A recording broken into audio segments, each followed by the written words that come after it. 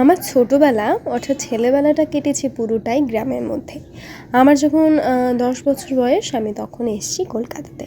একদম ছোটো বয়সে মারা শিফট করেছিল কলকাতাতে, বাট আমি ওই গ্রামের মায়াটা ছেড়ে কলকাতাতে আসাটা আমার পক্ষে খুব ডিফিকাল্ট ছিল সেই সময়, যার জন্য আমি ক্লাস 4 অবধি ওই গ্রামেই ছিলাম। তো আমার গ্রাম হচ্ছে কৃষ্ণনগর।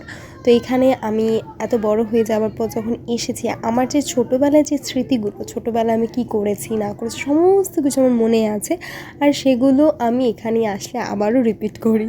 তো দেখতেই পাচ্ছ আমার হাতে হচ্ছে তালের শাঁস। এগুলো ছোটোবেলায় আমরা ভীষণভাবে খেয়েছি। আর যখনই আমাদের বাড়িতে তালের সিজন হতো তখন দিদা এরকম তালের মানে আটিগুলোকে নিয়ে এরকম মাটিতে ছড়িয়ে রাখতো, আর এটা একটা টাইমের পর তালের শাঁস হয়ে যেত। তো আজকে আমি দেখে এগুলোকে আর লোভ সামলাতে পারিনি, বহুদিন পর দিদার বাড়ি এসেছি। তো এখন আমি অলরেডি তালের শাঁস নিয়ে বসে পড়েছি কাটবো বলে। আর আমি একটু ছোট থেকেই আমার মধ্যে ছেলে ছেলে কাজকর্মগুলো আছে, যেমন গাছে চড়া, তালের শাঁস কাটা, নারকেল কাটা, এগুলো আমার আমি এগুলো পারি। যেটা অনেকেই আছে মেয়েরা পারে, আবার অনেক মেয়েরা বেসিক্যালি মেয়েরাই আছে এগুলো পারে না, এগুলো ভাবে নাকি ছেলেদের কাজ। বাট আমার ক্ষেত্রে মনে হয় কোনো কাজই ছেলে বা মেয়ে বলে বলবো না, প্রত্যেকটা কাজেই প্রত্যেকটা মানুষ করতে পারে যদি তার ইচ্ছে বা চেষ্টা থাকে।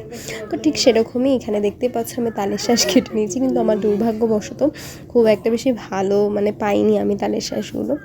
তো আজকে ভিডিও তোমাদের কেমন লাগলো অবশ্যই কমেন্ট করে জানিও, তোমাদের জাস্ট একটু শেয়ার করলাম। তো দেখা হচ্ছে নেক্সট কোনো ব্লগে। তো টাটা।